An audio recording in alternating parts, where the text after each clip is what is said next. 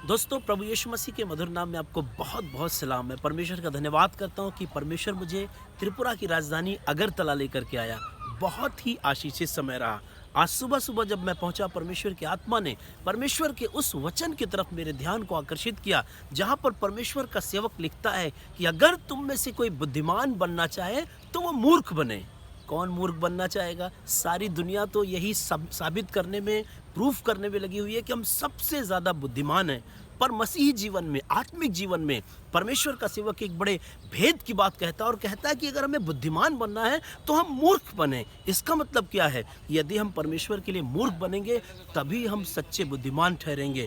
परमेश्वर का सेवक बहुत गंभीर बात हमें बताया और प्रभु चाहता हम इस पर चिंतन करें, मनन करें, ताकि हम परमेश्वर की आशीषों को प्राप्त कर सकें।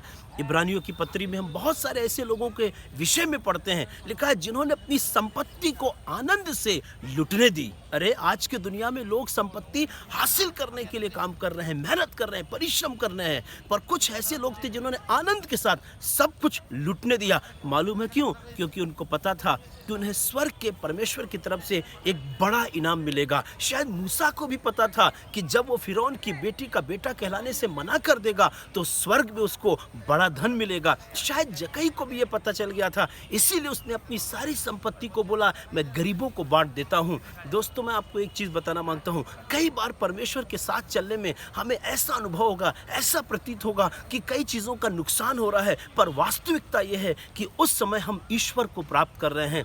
इसीलिए प्रभु चाहता है कि कई बार हम मूर्ख बने, अपने आप को बताएं, नहीं प्रभु, हम तेरे काम के लिए, तेरे सेवा के लिए सब कुछ निछावर करेंगे, जिससे परमेश्वर का राज्य बढ़े और परमेश्वर की सेवा बढ़ती चली जाए। हालेलुया। मैं विश्वास करता हूँ जब आप आनंद के साथ इस काम को करेंगे तो प्रभु अपने आप को, अपने मर्म को, अपने भेद को आपके ऊपर प्रकट करेगा। जैसे पौलुस कहता है, जो चीज़ें मेरे लिए चली गई, नुकसान हो गई, उनको मैं कूड़ा समझता हूँ ताकि मैं मसीह को प्राप्त कर सकूँ।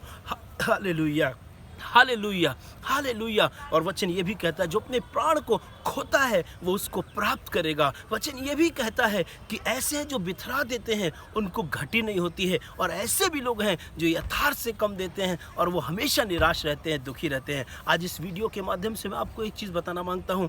कई बार आप संसार की दृष्टि से, लोगों की नज़र से, उनकी ओपिनियन से ऐसा लगेगा कि आप सब कुछ बर्बाद कर रहे हैं, लुटा रहे हैं, पर आपको अपने हृदय के अंदर पता होना चाहिए, मैं परमेश्वर के लिए क्या कर रहा हूँ। और तब आप एक स्वर्गीय इनाम पाएंगे, एक स्वर्गीय आशीष परमेश्वर आपको देगा। प्रभु के लोगों, मैं आपको उत्साहित करना मांगता हूँ, किसी की बात ना सुने, किसी के बहकावे में ना आए, किसी और के बारे में विचार ना करें। जो कुछ प्रभु का आत्मा आपको गाइड करता है, बताता है, प्रभु के काम के लिए, उसके सेवा के लिए करते जाएं, और आप देखेंगे कि परमेश्वर की अद्भुत शांति जो हमारे समझ से परे है, आपके हृदयों के अंदर राज्य करने पाएगी। हालेलुया।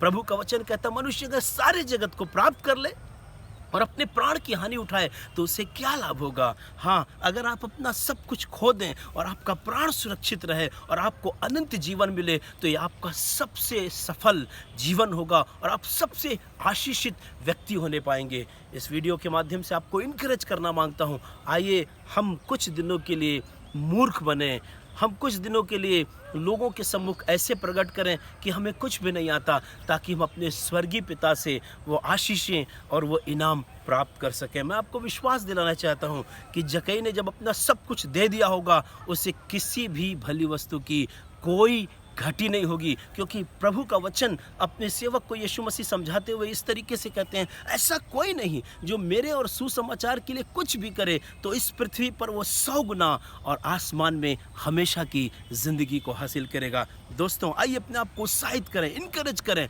और जो कुछ हम पर बीत रहा, हम जिन परिस्थितियों से होकर गुजर रहे हैं, शायद लोग हमारा हंसी उड़ाएं, मजाक उड़ाएं, चिंता ना करिए, आप एक मूर्ख के समान बने रहिए, क्योंकि एक दिन आप बुद्धिमान बनने पाएंगे, एक दिन आप बहुत बुद्धिमान ठहरेंगे। जिस तरीके से वो कंगाल गरीब आदमी, लोगों के सामने तो वो मूर्ख था, उस धनवान की जूठन, गिरे जूठन को खाता था, लोग कहते थे भी चला जा यहाँ से, भाग जा, लेकिन वो बना रहा, लगा रहा, प्रभु के साथ बना रहा, और एक दिन जब समय आया वही बुद्धिमान हुआ, वो अब्राहम की गोद में आनंद पा रहा था, खुशी पा रहा था। दोस्तों, एक समय आएगा आप अपने जीवन में बहुत आशीष पाएंगे, बहुत बरकतें पाएंगे, इस जमीन पर और आसमान में भी। इसलिए एक काम करिए, जिस तरह प्रभु का सेवक कहता है, अगर तुम में कोई बुद्धिमान बनना चाहता है तो मूर्ख बने। असली तो बुद्धिमान वही होगा जो आज मूर्ख बनकर अपना घर चट्टान पे बना ले, ताकि एक समय आए वो प्रभु की आशीषों को हमेशा प्राप्त कर सके। प्रभु इस वचन से आपको बहुत आशीष दे।